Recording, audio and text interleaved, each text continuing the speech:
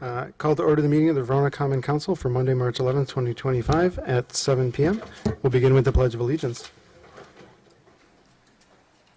I pledge allegiance to the flag of the United States of America and to the republic for which it stands, one nation, under God, indivisible, with liberty and justice for all.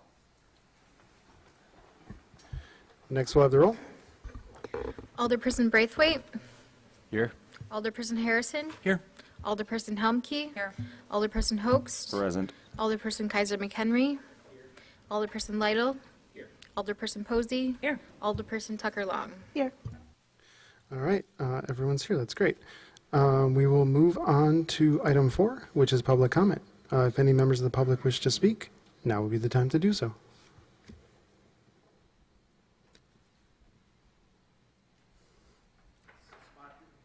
Yeah, and make sure the light's on, I guess. Yeah. So this is an item for later on in the agenda, but I think this is the only time to talk. Yeah, this is the only time to talk, so. That's great. So good evening, everybody. My name is Jim Hansen. I'm part of the Cathedral Point HOA, and I'm here in support of the city with any more restrictions they put on short-term leases. I know a number of our residents are concerned about this, and we also want to offer our help with if there's any help in enforcement and identifying issues and this and that. I know it's a complicated issue to enforce, but we're definitely willing to help.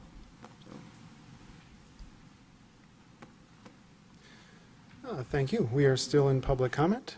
If any other members of the public wish to speak, now would be the time to do so.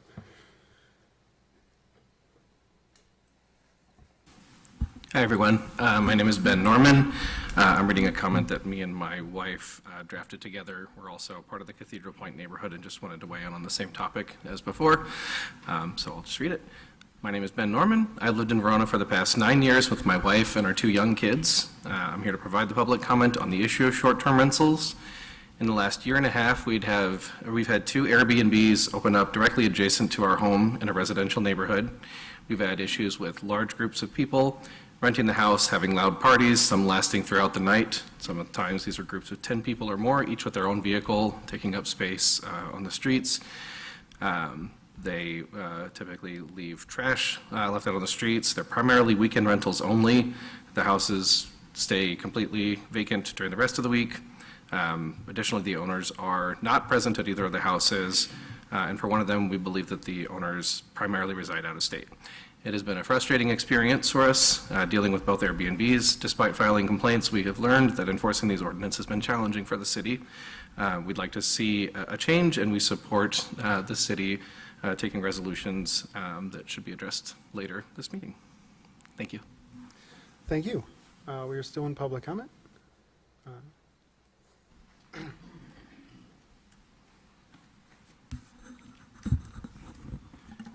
Good evening, council members. This is regarding the short-term rentals again. I have to present some comments here. We are part of the neighborhood, and there is a few houses just next to my house, and the house across my backyard is also put up for the short-term rental now. And we have seen a bunch of weekend rent outs at and those houses. As well as it creates nuisance like the noises, trash, but beyond that, the recent experience, which I like to share with the members here. Last Friday and Saturday night, around 3 a.m. in the morning, there is a heavily intoxicated man show up on our door. My daughter's room is facing towards the street, banging on the door, ringing the bell. And I need to wake up 3 a.m. in the morning, trying to engage the person. He's heavily intoxicated, and I end up calling the 911 at that point of time for the help. In the meantime, he went in the front lawn, fall down, picked by 3 more guys from the next Airbnb rental, and took it there. Beyond that, we have seen many more such kind of activities during on the weekends, like Friday. Evening, people check in, 3 or 4 cars, all be inside, nobody shows up. Whole weekend they will be in, then they are gone. So we have no idea what's going on. So it's obviously kind of a nuisance. I don't know how many times I have to call for each and every kind of disturbance to the 911 or for the help. So I like to bring this up here for your attention, and looking forward for some strict regulation and enforcement in this direction.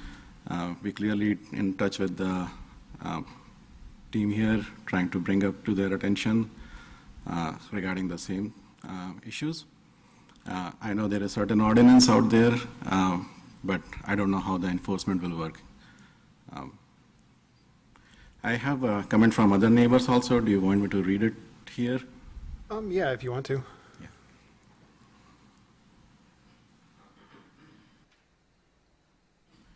So I read this from the neighbor across the street from the same house. Hello, I am Cathedral Point resident living on 341 East Chapel Royal Drive, who lives directly across the street from 342 East Chapel Royal Drive. This home was recently sold to a business in September of 24, who has since been renting their property out as a short-term rental. When we saw this property listed on Airbnb, we were instantly worried about who would showing up at given time. We have 2 young children, 8 and 4, and choose this neighborhood for a community and overall safe seeming attributes. When we look across the street and it is unoccupied by a homeowner, we see emptiness, no lights on, no decorations up, poor landscaping, and overall feeling of insecurity, not knowing who will show up. Renters who have come will stay for approximately 2-3 days, which I believe is not allowed by the STR, short-term rentals ordinance. Short-term renters have come with a large U-Haul trucks, trailer filled with junk, work tools in their truck beds, and sometimes parking directly in the front of driveway, making it difficult for us to back out on our own driveway, coming and going as they please, and no direct communication or interaction with overall community of our neighborhood. What I dislike most about this really comes down to the safety of our children. We want our kids to be able to play outside, run around, and develop friendship, feeling safe to where they are. With what we have seen, I have no way to ensure their safety with renters across the street. There could be a drug trafficking, sex offenders, and other illegal activities happening. That feeling of not knowing who is actually going to be outside when the kids and I are outside directly across the street is not okay and should have strict guidelines. The business owner renting out their property have not once attempted to talk to us or let us know when and who would randomly showing up. That might help if they did. But the feeling of insecurity and lost community is always going to be there. Thank you. Thank you. We're still in public comment. If anyone else wishes to speak, now would be the time to do so.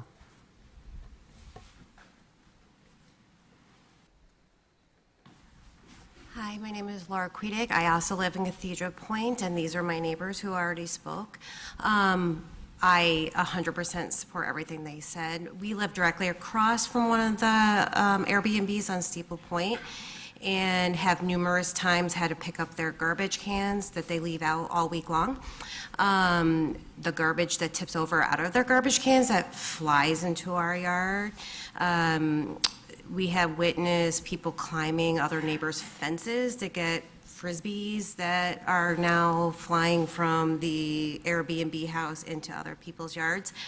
My college-age children, when they're home for the summer, sometimes cannot park by our house because there's 10 cars in front of my house, and they have to park blocks away just to get home. My oldest son sometimes has to come home at 1 in the morning and has to then walk because he can't find a parking spot in front of his own house. I've never seen the primary owners. I have a camera on their house all the time because my front door literally looks into their front yard. They live in California. Their kid goes to college here per their social media. I am worried about my neighbors who have small children who might be at greater risk for people climbing over their yard or fences into their yards while they're small children or dogs. So I really appreciate you guys bringing up this today and considering our concerns. Thank you. Thank you. We are still in public comment. So if any other members of the public wish to speak, now would be the time to do so. Seeing nobody else approaching the microphone, we will move on to item 5, which is approval of the minutes from the February 24th, 2025 Common Council meeting. Corrections or motions to approve? Alder Tucker Long. Move to approve. Motion by Alder Tucker Long. Is there a second? Second. Second by Alder Humke. Last chance for corrections. Seeing no hands, all those in favor of approving the minutes from the February 24th, 2025 Common Council meeting, say aye. Aye. Opposed, no. And the minutes are approved. We will move on to item 6, which is mayor's business. First up, we have 6A, which is swearing in of the new police officers. Chief Dresser.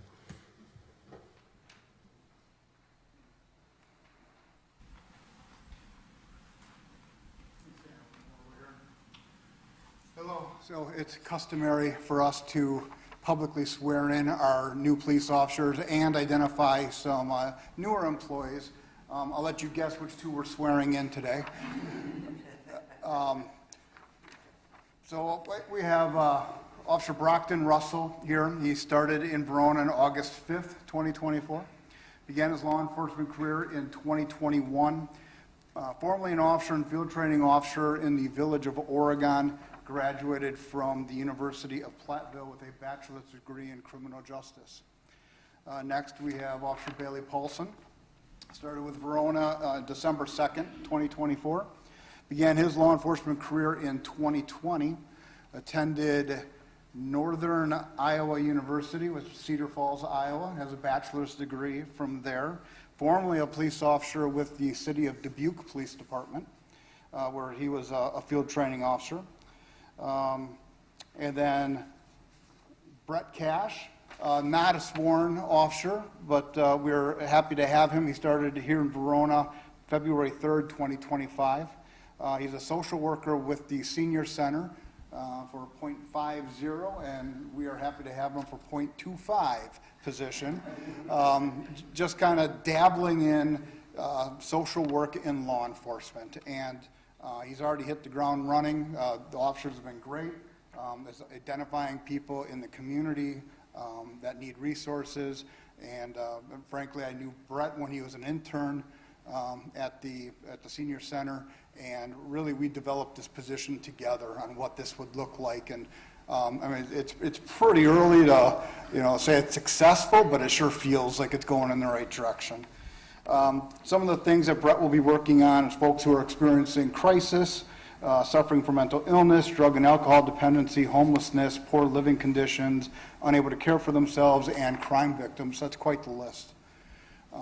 So, Brett, if you would mind just stepping aside here, the officers will take their oath, which they've already taken once before, but we're doing this publicly, and then after this, their family is invited to the police department where we welcome them into our VPD family.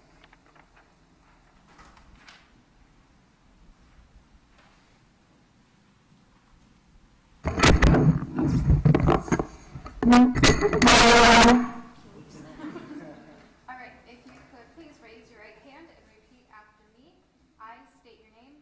I, Bailey Paulson, Having been appointed as police officer for the city of Verona, having been appointed as a police officer for the city of Verona, swear that I will support the Constitution of the United States swear that I will support the Constitution of the United States and the Constitution of the state of Wisconsin, and the Constitution of the state of Wisconsin, and will faithfully and impartially and will faithfully and impartially discharge the duties of said office discharge the duties of said office to the best of my ability. to the best of my ability. Congratulations.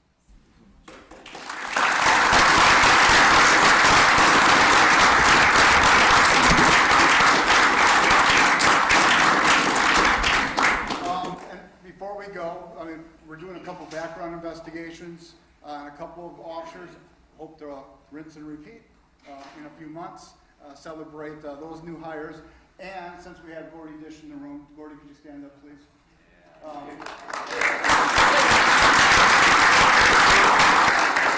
probably all know, but we're recognizing Gordy for 50 years in law enforcement, all 50 in the city of Verona. He started here in 1975 as a part-time officer, did a full career with the Dane County Sheriff's Office while still working for us, and he's still with us. So 50 years in law enforcement is almost unheard of. We are so fortunate to have Gordy. He is so reliable and so loyal.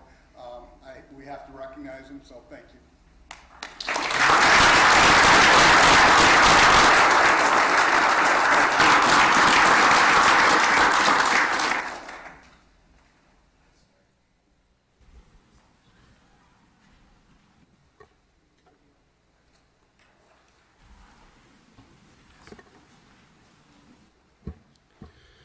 All right, we will continue on with the agenda. Next, under Mayor's Business, we have 6B, which is the appointment of Byron Brown to the Police and Fire Commission.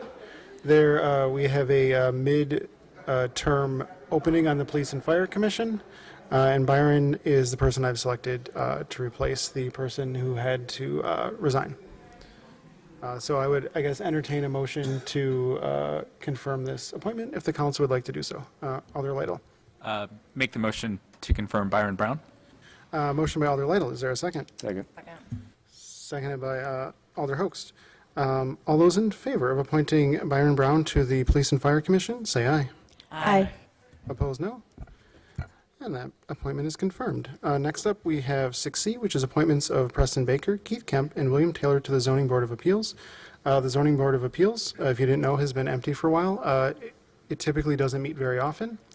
However, there is very likely to be an upcoming case before it, so we need to have the committee filled.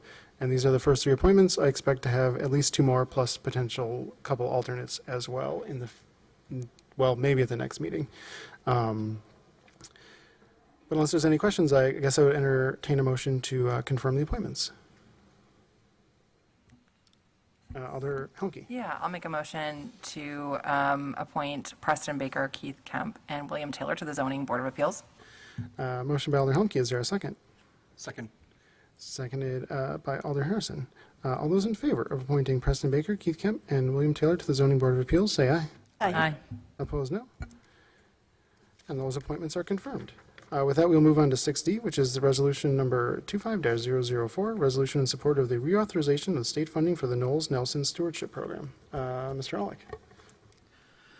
Thank you, Mayor. The Knowles Nelson Stewardship Program is set to expire in 2025, and the program has supported land acquisition and capital development by the Wisconsin DNR, local governments, and nonprofit conservation organizations to preserve valuable natural areas and wildlife habitat, protect water quality, and expand outdoor recreation for public benefit around the state. The proposed resolution will support the renewal and funding of the Knowles Nelson Stewardship Program for another 10 years as part of the state budget. Verona and the surrounding area have directly benefited in the following ways. $1.51 million to preserve 110-plus acres of trail corridor protection and permanent trail access near Verona. $192,526 to install shade structures, beach improvements, landscaping, and trail expansion at Fireman's Park. And $70,872 to install a 4-season shelter at Hometown Junction Park. The city of Verona is a designated Ice Age trail community, and the stewardship program is a major funding source for the Ice Age National Scenic Trail. The city supports the reauthorization of the Knowles Nelson Stewardship Program and requests that sufficient funding be allocated to support projects over the next 10-year period. Thank you for that explanation. Questions, comments, or motions on this item? Alder Tucker-Long. Is the motion to approve the resolution? Okay. I move that we approve resolution number 25-004, resolution in support of reauthorization of state funding for Knowles Nelson Stewardship Program. Motion by Alder Tucker-Long. Is there a second? Second. Seconded, I think, by Alder Braithwaite. Motion before the body. Questions or comments on the motion? Seeing no further discussion, all those in favor of approving resolution number 25-004, resolution in support of the reauthorization of state funding for the Knowles Nelson Stewardship Program, say aye. Aye. Opposed, no. And that motion passes. That's it for mayor's business, so we'll move on to item 7, which is announcements. Any announcements from the council? Alder Tucker-Long. I have staff anniversary and recognition cards, so make sure you sign them before you leave today. Thank you. Any other announcements from the council? All right, with that, we'll move on to item 8, which is the administrator's report. Mr. Olick. Thank you, Mayor. I really only have one thing, and that is in 2 weeks, it will be spring break. If you're not planning to attend the next council meeting, please let Holly or I know. We want to make sure we'll have a quorum if we're going to meet. Thank you. Thank you. Any questions for Mr. Olick? Seeing no hands, we'll move on to item 9, which is the engineer's report. Ms. Fisher. Thank you. For Country View Road, the project that goes around the west side of the houses, pond work is continuing, so subgrade excavation for wet pond 1 is complete and culverts have been installed, and then right now they're working on wet pond 2. For WISDOT, US 18151, so that's the project from County Highway G to State Highway 69. That project is starting up and a pre-construction meeting was held today. Mark Drive, 90% submittal is being worked on right now. And the smart salt use presentation that had been postponed due to weather in December was recorded end of February, and that's going to be posted on the city website. So with that, I can take any questions. Thank you. Any questions on the engineer's report? Seeing no hands, we'll move on to item 10, which is committee reports. First up, we have 10A Finance Committee. Alder Humke. Yeah, I make a motion for payment of the bills in the amount of $695,577.83. Motion by Alder Humke. Is there a second? Second. Second by Alder Posey. Alder Humke. Yeah, so we have a payment to AECom in the amount of $268,679 for engineering services for a variety of projects. A payment of $251,830 to Road Brothers for the North Booster Station project for the water utility. Thank you for that explanation. Questions or comments on the motion to pay the bills? Seeing no further discussion, all those in favor of paying the bills in the amount specified signify by saying aye. Aye. Opposed, no. And that motion passes. Anything further from Finance? Nothing further, Mr. Mayor. Excellent. With that, we'll move on to 10B, which is Plan Commission. Alder Posey. Thank you. I'd like to make a motion to approve ordinance number 25-1060, repealing and recreating Title 13, Chapter 3, relating to the city's floodplain ordinance. Motion by Alder Posey. Is there a second? Seconded by Alder Tagalong. Alder Posey. In January 2025, the DNR requested the city repeal and recreate the existing floodplain zoning ordinance, which was provided by the DNR and reviewed by the city engineer. The ordinance language was updated to be consistent throughout the state, and it does not impact the existing floodplain maps. The Plan Commission held the required public hearing on March 3rd, 2025, and did not receive any public comment. The Plan Commission voted 6-0 to recommend the Common Council approve the repeal and recreation of Title 13, Chapter 2, relating to the city's floodplain ordinance. And I want to clarify, I do believe that should be Chapter 3. Yes. Thank you. Motion before the body. Questions or comments on this motion? Kind of got to do this when it comes from the DNR. All right.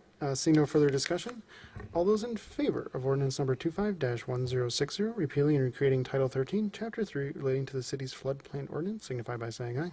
Aye. Opposed, no. And that motion passes. Anything further from Finance?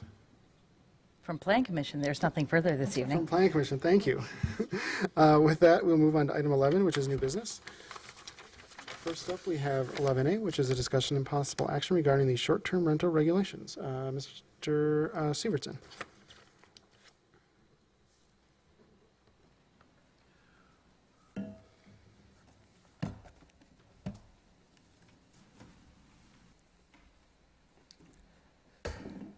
Excuse me. So you heard earlier in the meeting from some of the residents who've been impacted by some short-term rentals in their property. Just to give you some background, in addition to what was included in the memo that was submitted as part of the packet, short-term rental regulations in the city of Verona have been around since 2021. Prior to that, there were there were no regulations related to short-term rentals. There were several complaints leading up to that point, but in 2021 was when we had the rewrite of our entire zoning ordinance, and so we included some regulations at that time. There's really only two regulations that really impact short-term rentals, and that is the duration of the minimum stay, and the fact that whoever's renting out the unit has to be the primary, or that residence has to be the primary residence of the operator. So those are the two requirements. And with those, there's been some challenges in enforcement. We've involved our city attorney, police department have been involved in this, in addition to several other staff. And even with the regulations, the way they're worded, it's been difficult to enforce those, because they're somewhat vague, in the sense that, you know, what establishes this is your primary residence? Is it how many days do you have to live there? We've requested things like state-issued IDs, and those have been provided. But in talking to neighbors and hearing some of the other complaints, it seems as though it's not necessarily their primary residence, but it's hard to provide, or hard to require proof beyond that. This was initially sent to the Plan Commission, and the discussion was, do we need to take a look at our zoning ordinance? Because that would be under the discretion of the Plan Commission, is suggesting potential amendments to the zoning code. And we went down that route. We looked at what some other communities are doing. And most recently, in talking to the city attorney, Brian Kleinmeyer, he suggested if we're really looking at establishing greater control over short-term rentals, it's probably not something that we necessarily want to provide further details in the zoning ordinance, but actually require a license, and that has the ability to be provide better enforcement, similar to other licenses that the city issues. And that's consistent with what some of the other communities have done. But there's cost to that.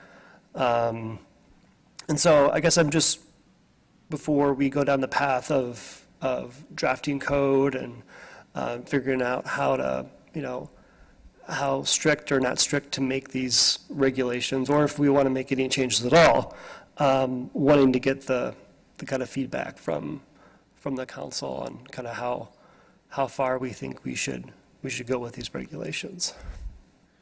Thank you for that explanation. So I guess we're in the feedback portion. Alder Posey, Alder Tucker-Long, and then myself. So I know for myself, sitting here the last time we had this conversation, and we felt at the time that this would hopefully be strong enough, because we wanted to give some flexibility if people wanted to pack up their whole house and rent out their whole house for a week when there was a special event coming to town, like a golf tournament, that they'd be able to, or with travel nurses, and they have an apartment in their home that they wanted to be able to rent out. I remember that conversation. I remember the conversation about licensing, and at that time we felt that at least I know my recollection is that we felt the state had something. But if that's clearly not meeting the goal, because our goal was not to have this type of thing going on, I know that was definitely the sentiment at the time. So I am all for figuring out what we need to do to make this a stronger, ordinance or rule, whatever we need to be doing so that we can do some enforcement with it. Alder Tucker-Long, and then myself. I'm wondering if you can address, when you mentioned costs associated with licensing, what kind of expenses are we talking about with starting up a licensing program? Yeah, I guess I was referring less to staff time, although it would involve staff time. I mean, we're not the city of Madison, but the city of Madison has like several full-time people dedicated to this, as an example. But I think in terms of staff time, there's only a handful of Airbnbs that we currently know about. Not to say that there's not other short-term rentals, but in terms of staff time, I think the actual review and licensing would not be the biggest challenge, especially as it relates to our current challenges with enforcement and the amount of time we spend on that. But I was referring more to licensing has a cost to the applicants. And so to kind of further explain, Alder Posies was talking about the state does have a license that would encompass short-term rentals. And then Dane County also has a registration process. I don't know if they consider it a license or not, but so there's a couple different levels. And then if the city were to have a license, that would be another cost for the applicant as well. And I know Wanakee, I think their license is around like $500 to $1,000 a year. Obviously, the city can come up with whatever fee they wish, but that was my reference to costs. Okay, thank you. I guess I'll just echo what Alder Posey said. Like, I've been, as an alder for District 4, talking with lots of people who are really upset about the way these are being managed and the disruptions they're causing to daily life and to, needing to call the police every weekend for things is just not really how we want our neighborhoods to run. And so I'm definitely in favor of trying to find a way to either enact some enforcement that actually has some teeth, or coming up with licensing or some other way to ensure we can adequately deal with these problems. Question for Mr. Sievertson. So, is staff spending a significant amount of time right now on these issues? Well, there's definitely been a lot of complaints regarding these properties. Unfortunately, they're not complaints that, in talking to the city attorney and the police department and code enforcement who would issue a citation, it's difficult to do that based upon the current regulations that we have. But it is, I would say we've gotten somewhere in the range of 50 to 60 complaints since summer of last year. Okay, thank you. I just want to say I agree with what Alder Tarkalong and Alder Posey have said so far. I think it would be nice if everyone just behaved, but that's unfortunately not the world we live in. And for these situations, I always try to put myself in the shoes of the people who live there. And I'd be pretty irate if I was picking up trash because someone had a wild party and threw trash all over the neighborhood. And if there's a business owner profiting, I wouldn't want to be the one who has to deal with the cost of them not being responsible business owners. So I definitely think we need to put some strict rules into place especially around licensing, and especially if, having a short-term rental in the city is going to impose a cost, both literal and figurative, on everyone else in the city. I think it's only fair to ask them to pay a license fee as well, potentially in the same range of $500 to $1,000. But I guess I have a follow-up question as well. If we have a license fee and an operator doesn't manage their business well and there's repeated problems, this will give us a mechanism to revoke the license and say you can't do that anymore. Correct. And this is something our attorney, Mr. Kleinmeyer, has kind of reviewed, and we're on solid legal standing. Yeah, I think he would want to do some further review. There are state laws that limit the city's ability to create certain rules and regulations, but that would be a further review that he would want to do. But there are a few other communities in the area who have tighter regulations or stricter regulations than the city of Verona currently has, and so we can look towards those. But absolutely, all these other communities that we've looked at do have a license process, and that license process does allow for the license to be revoked. Excellent. Yeah, I just want to avoid a situation where we put more rules in place and then it turns out we can't enforce them, or they're too difficult to enforce, or something else, because I feel like it's not a good look for the city, and I'd prefer to avoid that. But thank you. Other feedback from the council? Alder Helmke, then Alder Lytle, and then Alder Tucker. Mr. Sievertson, let's say we go down the path of the licensure and that gets revoked, what does that look like with VRBO or Airbnb? Are we able to, legally, are we able to circumvent like the owner and get them taken off of these sites? Or, I'm assuming those are the two main. Yeah, I think that's a good question. I think that would probably be more difficult. I think the route that we would likely take is just issuing fines and citations to them, which could, require appearance in court, and kind of go that route and kind of make it incumbent upon the operator to take it down rather than the city going through, Sure. you know, Okay. Yeah. short-term rental. Great, thank site. you. My opinion on this is if you buy a home in a residential neighborhood, you assume that you are not going to have people partying in your backyard that don't live there.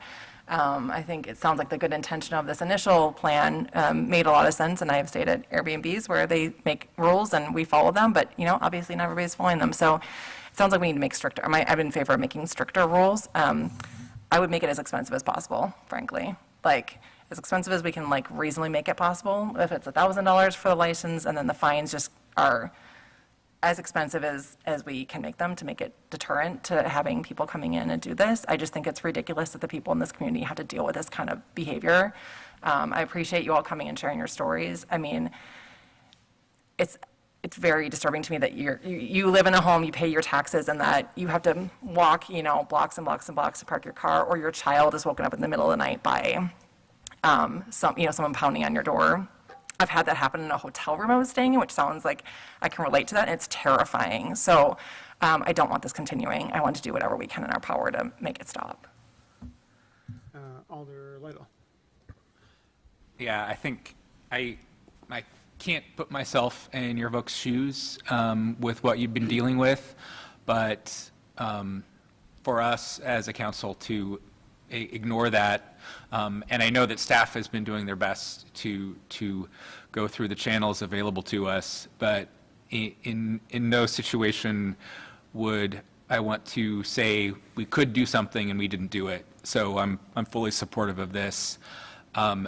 I have a slight counterpoint to Alder Helmke in terms of I think there are likely many Airbnb properties for both short-term rental properties in the city that are not generating these kind of complaints. So if we were going to skew the fees, I would keep the licensing fee on the lower side and see what on the upper end we can assess in terms of penalties. I would much rather focus the collection side there than the folks that are running their properties correctly and are actually following the rules. But absolutely, I think it's time well spent getting this more airtight so we can, to the extent possible, close these loopholes that they've been getting away with. Thank you. Alder Chuckalon. Mr. Stevenson, I was wondering if you could, you mentioned that there's state rules that restrict what we as a city can do for regulations. Do you have any examples of the kinds of things they restrict, or are they restricting the kinds of things we've been currently requiring, like primary residence and minimum 7-day rentals? I would probably want to defer that question to our attorney. I can't speak. It's all good. He's not here, so I just thought I'd ask in case. But there are regulations. I don't know the extent to how they would limit the city's ability. But I would say, in reading through my understanding of the state license process and the county process, I don't think it's those types of regulations and licenses wouldn't necessarily get to the root of the problems we're having in Verona, because they wouldn't necessarily regulate someone who's not a primary resident of the property. They don't regulate noise and trash concerns. It's more of like a hotel license, making sure that taxes are being paid, making sure that they know who the operators are, if they need to be contacted, making sure that the facilities are clean. So those are kind of, in reading through, that's my understanding of the focus of those licenses. All right, thank you. That's Alder Host. Thank you. Yeah, I think I do agree. I think there seems to be some kind of a license that we should probably enact. And I know I was doing some research online here and actually talked to my brother's got a rental out of state, and the city that he owns, so he lives here, but he owns out of state, and they tier those days. You know, if you know how many days you're renting, and his is he's never there. And so he pays the highest licensing fees, the highest penalty fees if something goes wrong, but he knows that going in, and it's a business decision for him, right? So he has to keep it, you know, he has to follow those rules, otherwise he can't rent it, right? So I think, I agree with Alder Lytle. So if you're running as a business and you're never there, I mean, that should be, we don't want to make it too high, but I agree that I think the penalties for not running it properly should be pretty high, because we just can't have that. And I know I've got friends that they rent their houses out for a couple of days every year, whether it's Ironman or the CrossFit Games, or whatever, just a couple of days, and they're obviously not getting a license, but they also want those folks to behave because it's their house, right? So it's kind of, I don't want to limit folks to not be able to do that, but it's certainly what's going on up, and that can't happen, right? That's unacceptable. So I think if we find a way to license them and then have enough, have some teeth in those rules that we can enforce them, and that if that person runs it as a business and they can't make their money, they're going to stop doing those things, I think. So I think what a few other alders have said makes a lot of sense. Thank you. Other thoughts from the council? Alder Posey. Just have curiosity, or put this nugget in the back of the mind, because we do have guidelines around nuisance properties.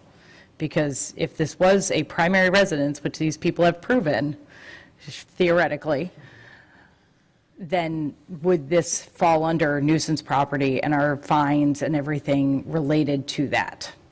Because I believe we have those already, because if this was just a regular rental, if this was someone's primary residence and just terrible neighbors, we do have procedures around fining and follow-up with that, correct? I'm not sure about that. I am familiar with like nuisance regulations, noise, trash, but I think those are to the level where you have like a junk car in your lot, rather than maybe not picking your toter up in time. So I don't know if that would some of those regulations like noise wouldn't necessarily, to my knowledge, wouldn't apply to the homeowner. It would apply to the person that was like actually at the property at the time. But it's worth looking into, and I can just verify that with. I'm just thinking if it is primary residence, like, because even if we go forward with all this and licensure and everything else, like, if it is just terrible neighbors, we need that response as well. Mm-hmm. Because, what is happening is a safety concern. I've lived in that situation where you're not sure what's going to happen when somebody knocks at your door, especially at 3 a.m. I'd be horrified.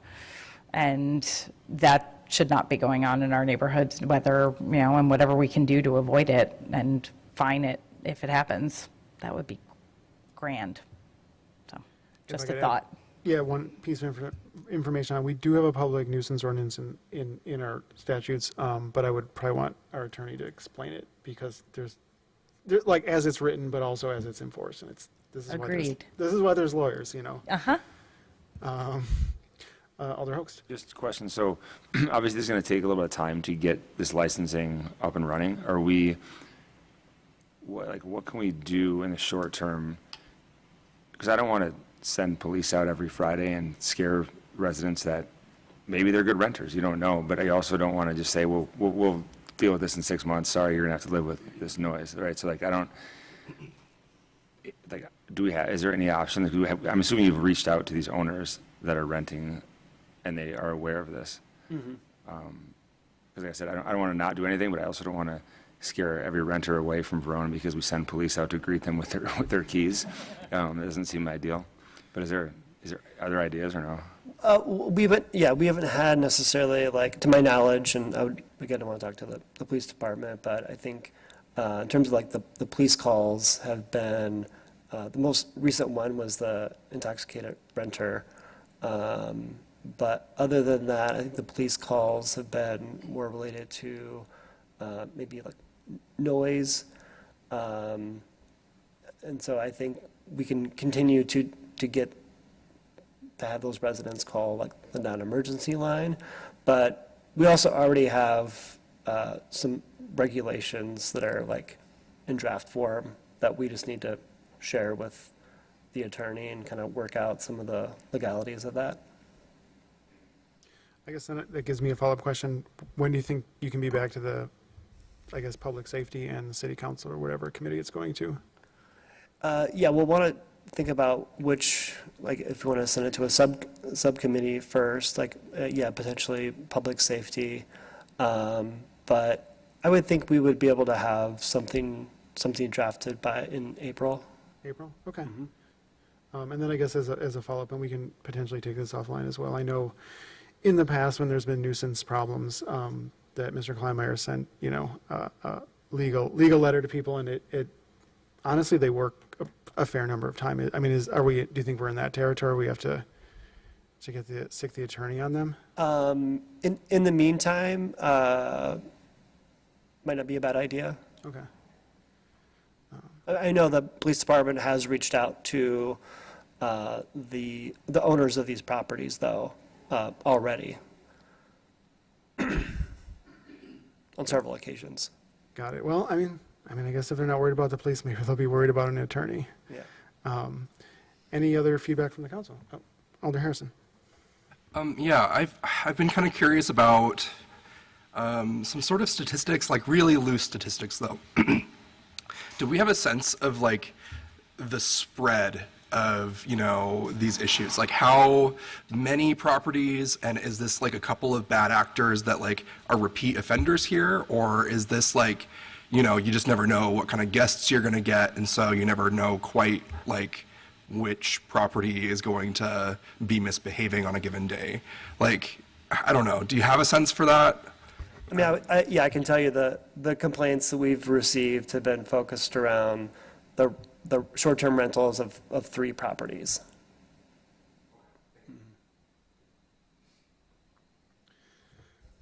Gotcha. I guess I'll add one more thing, just because for a lot of the stuff, and kind of in line with what Alder Hoke said, a lot of our ordinances are not written for the majority of people. It's for the small handful of people who will abuse, the public trust, or they have to have the ordinances. And I think this might be a similar case where, like, there are, just from looking at Airbnb, there's more Airbnbs in Verona than you might think, but we only hear about a couple of them, and we need to get something on the books so we can deal with this problem in a neat way, or at least that's my opinion, at least. But any other feedback from the council? Alder Humke. I just want to more say, like, I think about, our housing, we have a housing crisis in Dane County as well, and just commentary, like, I understand what Alder Hoax is saying, like, if people want to rent out their homes, which it sounds like the original intention of this was, like, right, there's the Ironman, there's whatever, you want to make some money, great, that, I have no problem with that, but we need people to live, like, we want people who are living in our homes full-time, people want to live here, so I guess I'm not opposed to, like, just making it really inconvenient for business owners, like, I don't actually care that business owners want to make money here, we want, in that capacity. Other business owners, fine, but not in, we want people who are living here full-time as residents in our homes because we have a shortage. So I guess I just want to make that comment. Other feedback from the council? Did you have any more questions for us, Mr. Sievertson? I'm just looking through my list. No, I think that's good. This is very helpful feedback. All right, thank you. I guess we'll look forward to hearing something by April. All right, thanks. With that, we'll move on to 11B, which is a discussion and possible action regarding the temporary property use agreement with MP Systems, Inc. Mr. Olick. Thank you, Mayor. MP Systems is a contractor for a utility project occurring in Middleton, and they approached the city to store equipment at the former pit located east of Northern Lights Road. The request is to store vehicles and equipment needed to complete the project on approximately 5 acres of land. The proposed rent is $3,250 a month from July 1, 2025 through December 31st, 2025, and the rental figure is derived from MSA based on the formula used when the city stores similar equipment for construction projects. Staff have reviewed the agreement and recommend approval. Thank you. Questions, comments, or motions on this item? Alder Tucker Long.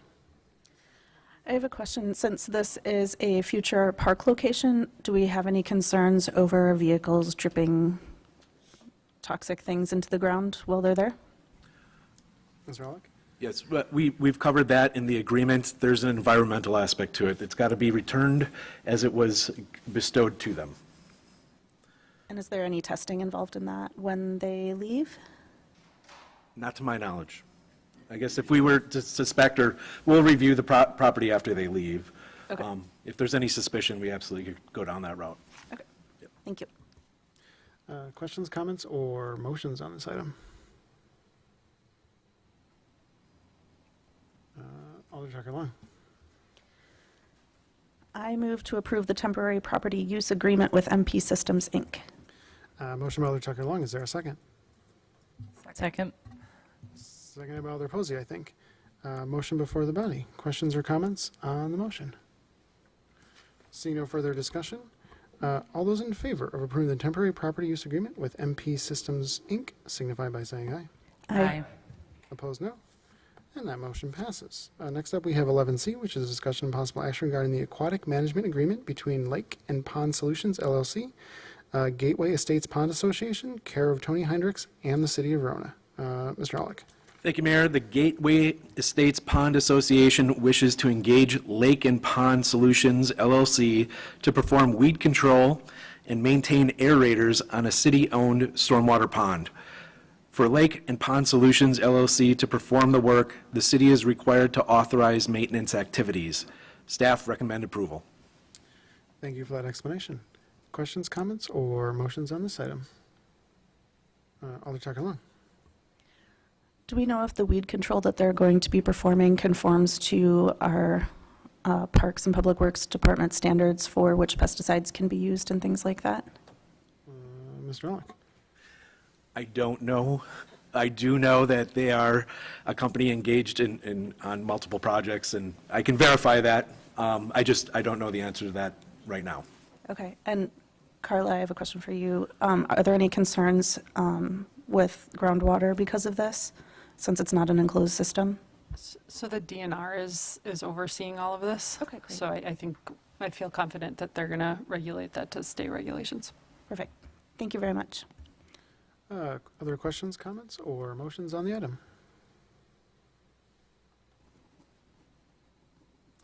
Alder Posey.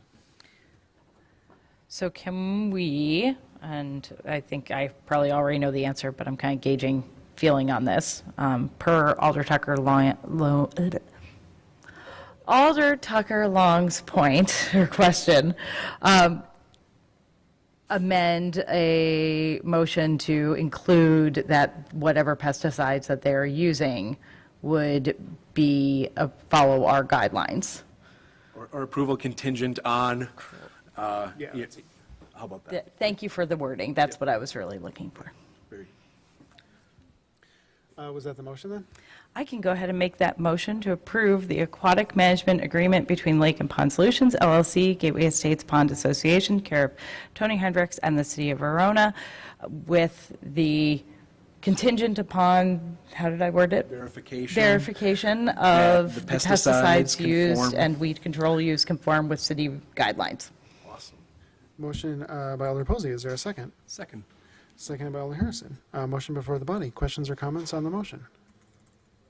Seeing no further discussion, all those in favor of the aquatic management, approving the aquatic management agreement between Lake and Pond Solutions, LLC, Gateway Estates Pond Association, care of Tony Hendricks, and the City of Verona with the contingency specified, signify by saying aye. Aye. Opposed, no. And that motion passes. With that, we'll move on to item 12, which is adjournment. So moved. Motion by Alder Hoeks. Is there a second? Seconded by Alder Helmke. All those in favor of adjournment, say aye. Aye. Opposed, no. and we are adjourned at 7:55 PM. Thank you, everyone.